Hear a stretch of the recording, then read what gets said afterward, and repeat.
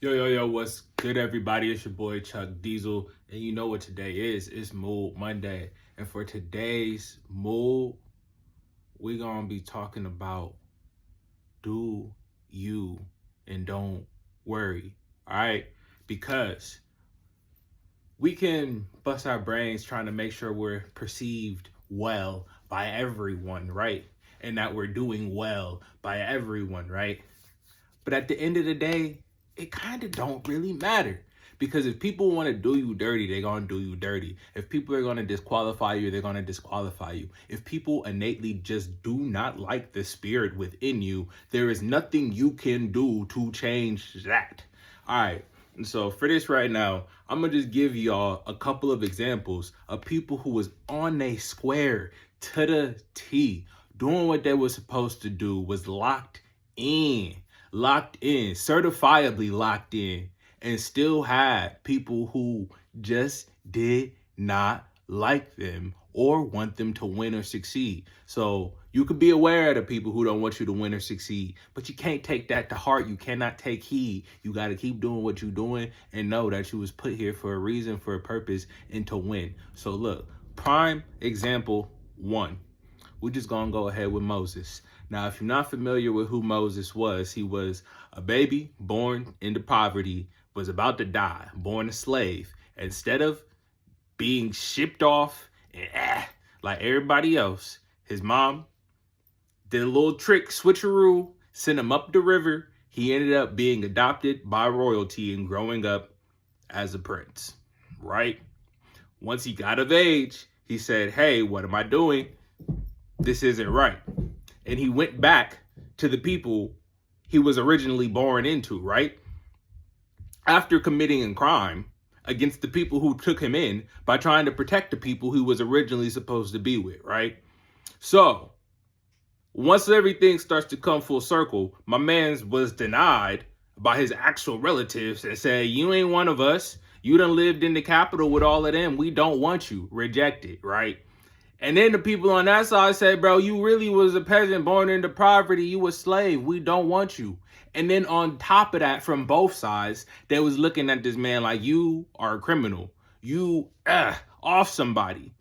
We don't want you on neither side. And all he was trying to do was keep the peace. He was trying to keep the peace. And once he realized that the peace was inevitably never going to come for his people in the given circumstance, he tried to appease them. And they said, we don't want you. And then even once he did take them from captivity, he got them freed. Once they got freed, they still said, man, we don't like you and we don't know why you did this to us. You got us out here in the middle of the wilderness in the woods. My man could not win for losing. They didn't like him when he was living his luxurious life because, hey, you supposed to be one of us, you traitor. And then when he came and joined them, they said, hey, you got us out here wandering around for nothing, you idiot. You can't win for losing. Do what it is you know you're supposed to do and stand on your square. Example number two, we have Daniel. Daniel was a great musician, a wonderful warrior, a great friend, all of these things. At one point in time, Daniel found himself in a hole, face to face with a lion. Why? Haters. What did the haters do? Snitched on him. Why? Because they couldn't stand to see a winner win. They watched my man for days, waiting for something to happen, waiting for him to slip up. And the only thing they could catch him on was being too diligent with his religion. He was too religiously astute. He was too religiously disciplined. So they used that against him and tricked the king into saying, hey, no one should worship anybody. And he got caught worshiping. So now he was sentenced to execution because he was too religious, because he talked to God too much. This was this man's downfall, that he talked to God too much. Got sentenced to be face to face with the lion. Luckily for him, the same guy he was praying to kept the lion at bay. Ended up coming out the hole with everybody who snitched on him twice as scared, like, oh my God, the lions didn't eat him. Oh snap. If he could hold off the lions, that means he definitely could take me. I hope he don't find out I was the one who was snitching. Again, stay on your square. Do what you're supposed to do. Ignore him. All right. Third on the list, we got Joseph. King of dreams. Literally all my mans did was go to sleep and wake up. And they was mad because what he saw when he was asleep, he wasn't even controlling what was going on. And they still found a reason to be mad at the boy. So Joseph was sold into slavery, right? By his own blood. His own boys. Not just his friends, boys, his brothers. Blood brothers. We was born in this together. Flesh of my flesh. Blood of my blood. Say, get rid of him. Why? His dad, their father, liked him too much. I don't know why dad like you so much. You know, can't really stand you. You're annoying. And then his dad had the nerve to buy him a coat.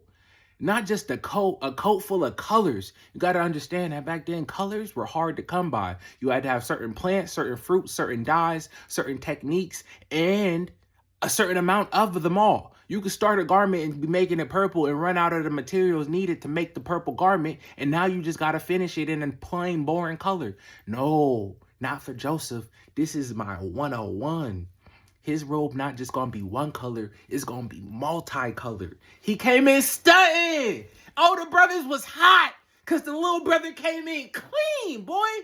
So I had to wait years to get some color in my coat. Why this little boy came through fresh like that? You know, I ain't even gonna stun it.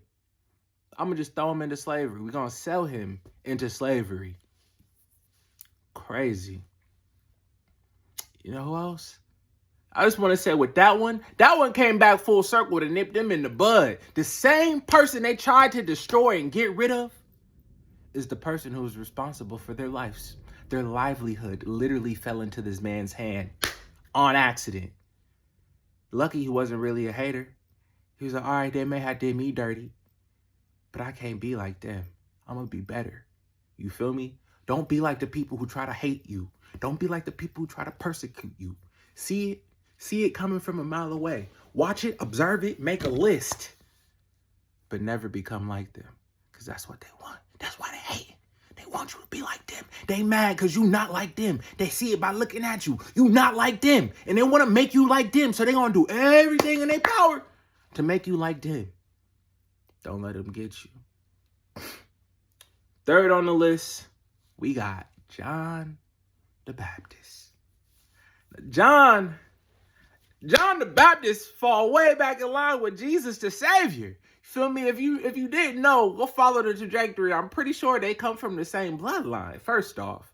And not saying you set apart just because you a part of a bloodline, but we talking about the bloodline. You feel me? Talking about Christ, baby. So not only was this man a representative, a direct descendant, but also a spokesperson for. He said the truth and stood for nothing but that, right? And that was the whole downfall. My man spoke too much of that guts on a regular basis. He started talking that rah-rah too loud. He said, I don't really know if what you're doing is really what you should be doing, to the wrong person. He spoke aloud about the king's marriage and the woman that the king chose to marry. He said, ain't that your brother's woman, bro? How you gonna take somebody else's wife in your family and make them into your wife? I don't think that's what we supposed to be doing out here. Baby girl said, you just gonna let him talk about us like that? I'm your wife and a queen. He should not be able to talk bad about me, even if what I'm doing is crazy or fugazi. Pride and jealousy. Not jealousy, pride and ego. Pride and ego got this lady upset because somebody called her out. Accountability? Can we say accountability, somebody? He said, look, I think y'all need to be accountable for what it is that y'all doing, and I don't think what y'all doing is really what you're supposed to be doing, and I'm going to say it out loud to a whole group of people. They shouldn't be married. Caused her to go to the husband who was the king and say, off with his head, he talking too much rah-rah. He might be right, but I don't like it. Man's lost his whole life for just trying to speak the truth. Be careful. Be careful. Do not cast your pearls amongst swine. You might find yourself wasted and the info wasted as well. Might have been a good lesson, but it cost him his life. Because the ears that the words fell upon were not ready to hear it. So they had to get rid of them. And last but least, I ain't even gonna go too deep into this one. JC of Nazareth, Jesus Christ, baby, the big dog, got taken out by the biggest hater. Literally, man was considered righteous to a T. Not one fault found. Even when he was put on trial, the man in charge of his trial said out his mouth, "I cannot find fault. What is the point?" But he wanted to appease the people. Sometimes you get put on trial. Sometimes you get talked about. Sometimes you get discoursed. I don't even know how to say. You get put on a chopping block. Sometimes you get put on a chopping block. And the people who have you on this block don't even actually understand why it is they're not supposed to like you. But there is one adamant person who is in the group telling them not to like you.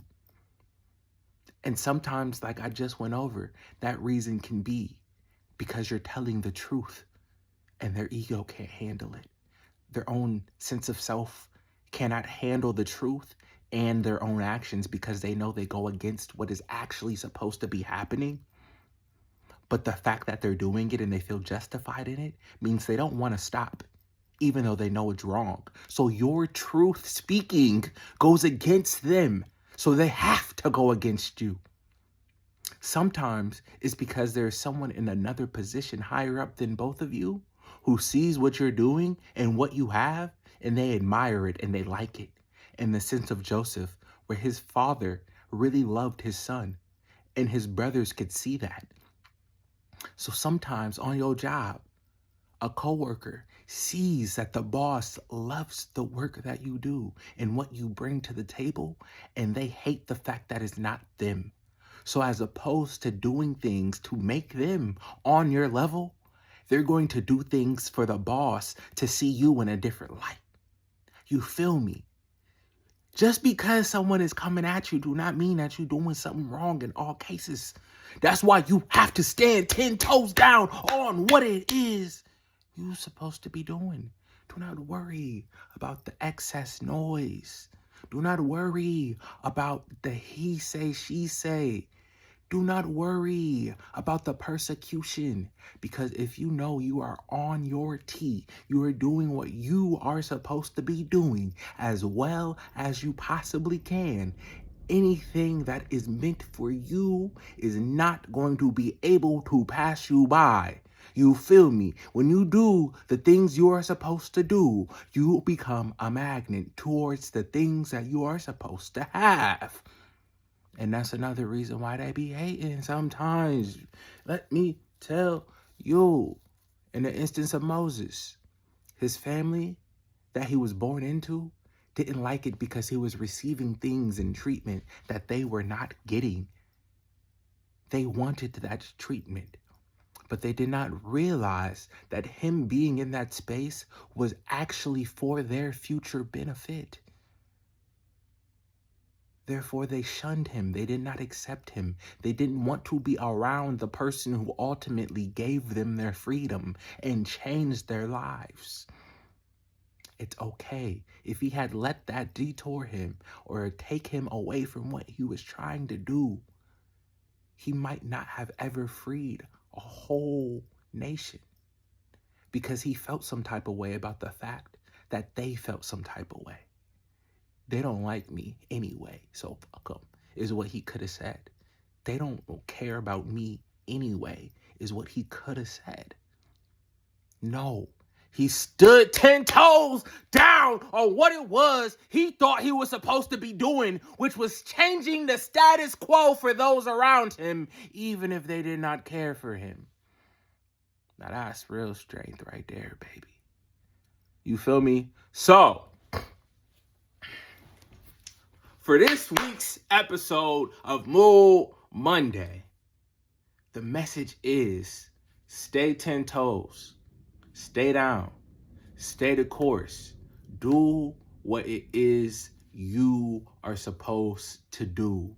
Do not worry about the he say, she say, naysayers. Do not worry about the people who condemn you. Do not worry about the people who outcast you. Do not worry about being outcasted, downtrodden. Do not worry about that, because at the end of the day, what is supposed to happen is going to happen, especially if you stay prepared. If you stay prepared, stay 10 toes down on what you're supposed to be doing, when it comes your time, the work is going to pay off. That's all I can say. The work will pay off in the long run. The only person out of this list that I can't really figure out how the work paid off in the long run is John the Baptist, because he had already been working, and this is the work that ended up getting him off. You feel me? So don't be John the Baptist. In certain situations, you got to learn to just... You feel me? He was right to say what he said, but the time and the place and the platform was everything. You feel me? Because he could have said everything he was saying in a quieter place or a smaller platform. You feel me? It did not have to reach the queen's ears. But at the same time, she is the one he was condemning. So RN type, you got to say it straight to her. You feel me? He said it to her face. Can't really be mad at him for being an RN. You feel me? Because up. And he with the Father now anyway, you feel me? But look, I'ma stop. Let me get out of here. Lone Wolf out, Chuck Diesel, you feel me? You know who it is. If you gain something from this message, if it was edifying to your ears, into your soul, into your spirit, go ahead, hit that like, subscribe, share, even leave me a comment. Let me know what you think. Say something down below. Chime in with your take on everything I just said, because I be saying a lot. And I be taking these messages and I be trying to make them bite-sized, digestible for today's time and ages. You feel me? Oh, let's get it. Let's go. Lone Wolf out. Happy New Year, everybody. I know I ain't say it yet, but let's get it. Let's go. Tap in with me every day. Every week this year. We got a new message for you. Get in your mind ready for the game, boy. Get you in the game, ready to win. Let's get it. Let's go. Out.